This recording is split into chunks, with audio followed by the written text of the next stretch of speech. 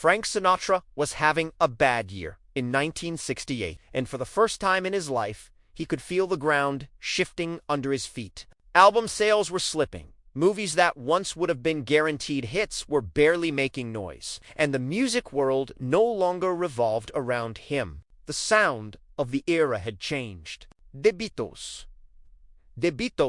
the Rolling Stones, electric guitars, and rebellion. Frank's polished, tailored cool suddenly felt like something from another decade. And what made it worse, what truly burned, was that Dean Martin was soaring. Dean's television show was dominating primetime. His records were selling, his Vegas shows were packed just a few years earlier. Dean had done the unthinkable and knocked the Beatles off the top of the charts with Everybody Loves Somebody. Dean Martin, the man Frank had always viewed as the relaxed sidekick, the charming second act, was now more relevant, more popular, more loved. Frank never said it outright, but everyone around him could feel it. The resentment sat just beneath the surface.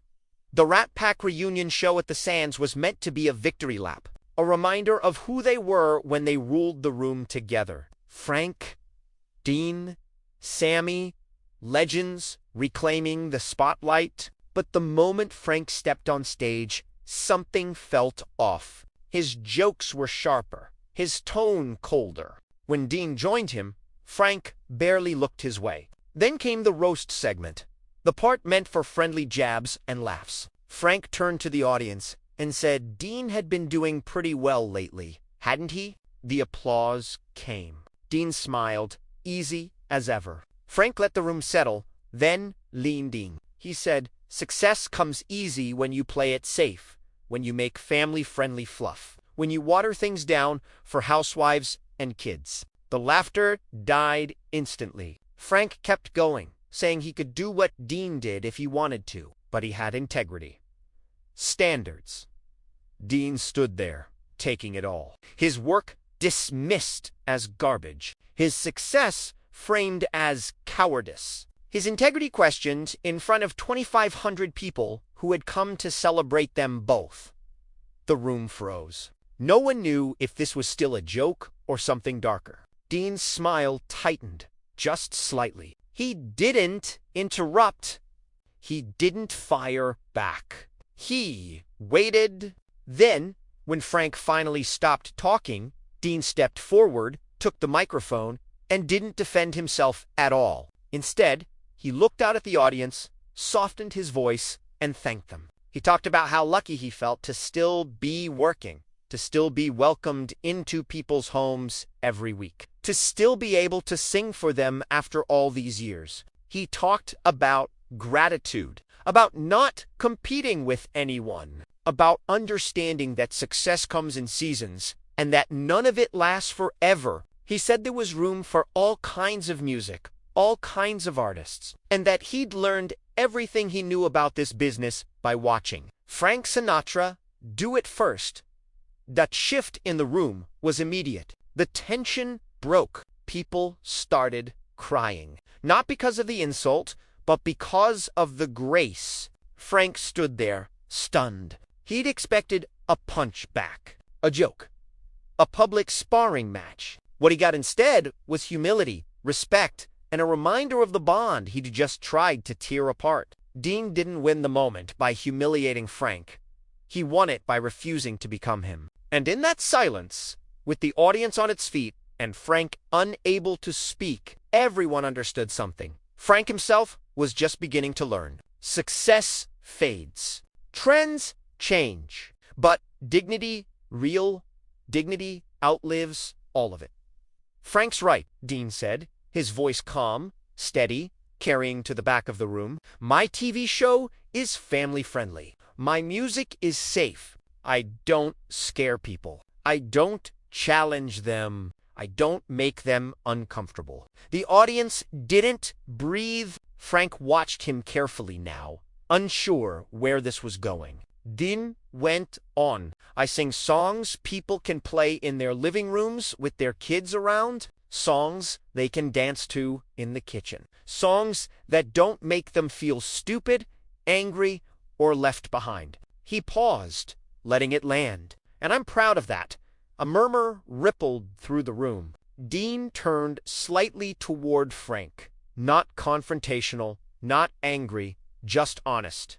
You know why, Frank? Because most people's lives are hard enough already. They work all week. They worry about money, about their kids, about whether tomorrow is going to be worse than today. When they turn on the TV or buy a record, they don't want to be reminded how tough the world is. They want a little relief, a little warmth, a little joy. He smiled, softer now. If that makes me safe, I can live with that.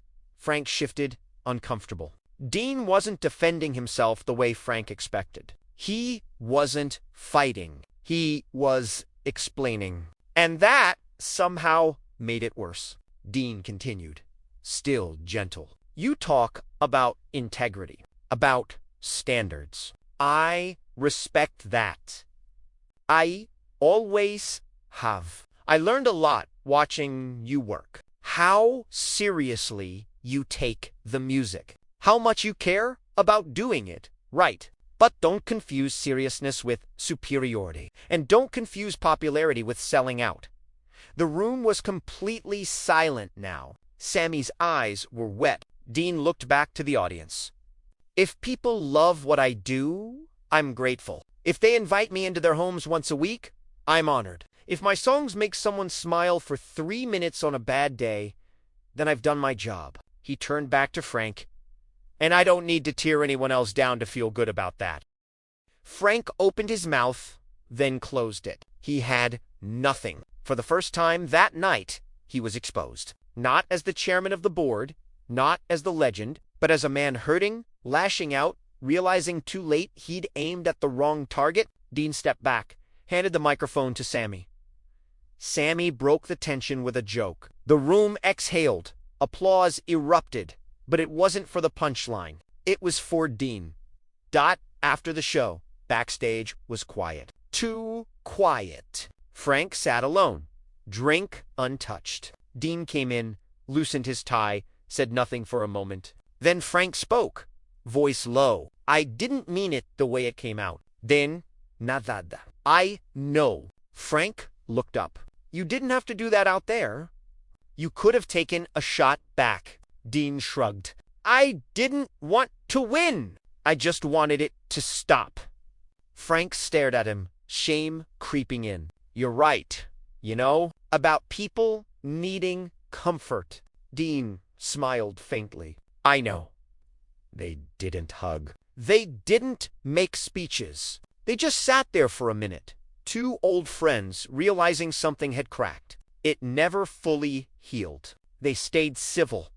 Professional, friendly in public, but something had shifted that night. Frank never mocked Dean's success again, and Dean never forgot how it felt to be cut down by the man he'd spent years protecting.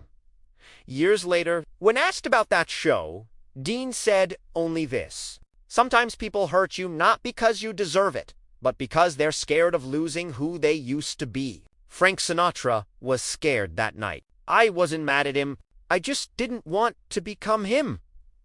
That was Dean Martin. Never loud. Never cruel. Never needing to prove he was better.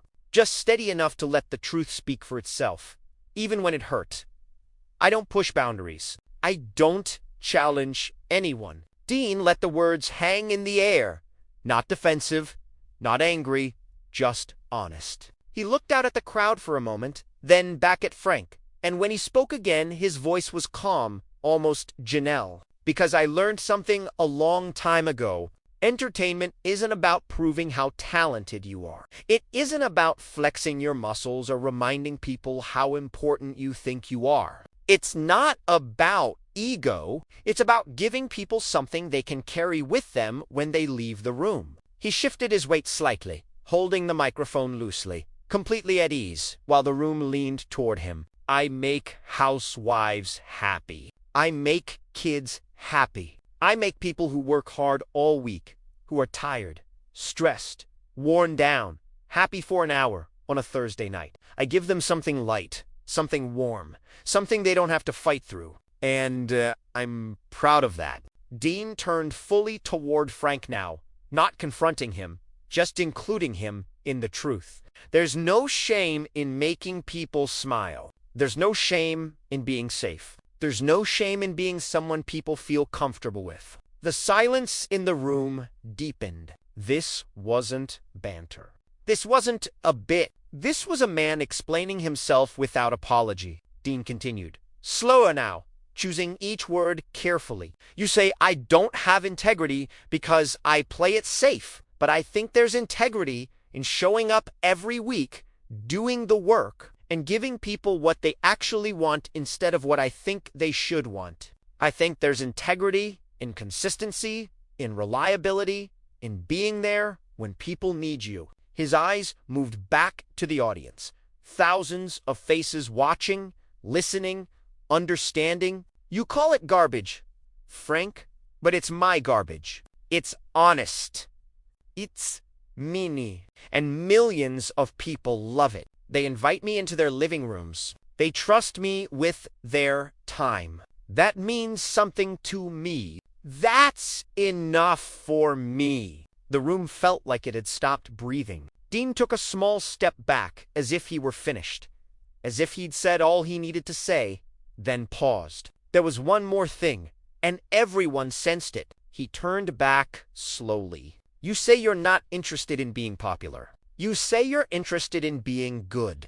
Dean didn't raise his voice. He didn't sneer. He didn't attack. He simply asked the question that had been sitting in the room all night. But if you're so good, Frank, why isn't anybody listening anymore? The reaction wasn't laughter. It wasn't applause. It was a collective intake of breath, because Dean Martin had just said out loud what everyone knew and no one dared say. Frank Sinatra's world was slipping away, and Dean hadn't caused it. He'd simply named it. Dean didn't wait for a response. He didn't stand there to enjoy the moment. He didn't look back. He turned and walked off the stage, calm, steady, dignified. For a few seconds, the room was frozen. Then one person stood and clapped. Then another. Then another.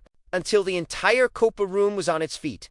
2,500 people applauding not a performance, but a man who had just defended his work, his values, and his worth without cruelty or bitterness. Backstage, when Frank followed him and tried to call it a joke, tried to brush it off as Rat Pack banter, Dean finally said what he'd never allowed himself to say before. That wasn't a roast. That was mean. You didn't joke. You tried to cut me down because my success scared you. I let it go for years because we were friends, because I didn't want to embarrass you, because I didn't need to wean. But tonight, you crossed a line. You called my work garbage. You questioned my integrity, and you did it because you couldn't stand that people loved what I was doing.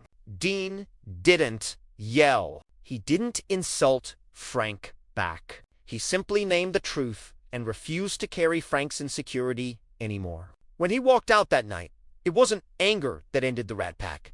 It was clarity. And everyone who witnessed it understood something rare and powerful. Real integrity isn't about being the greatest voice, the boldest artist, or the most daring performer. It's about knowing who you are, standing in it without apology, and refusing to let someone else's fear turn into your shame.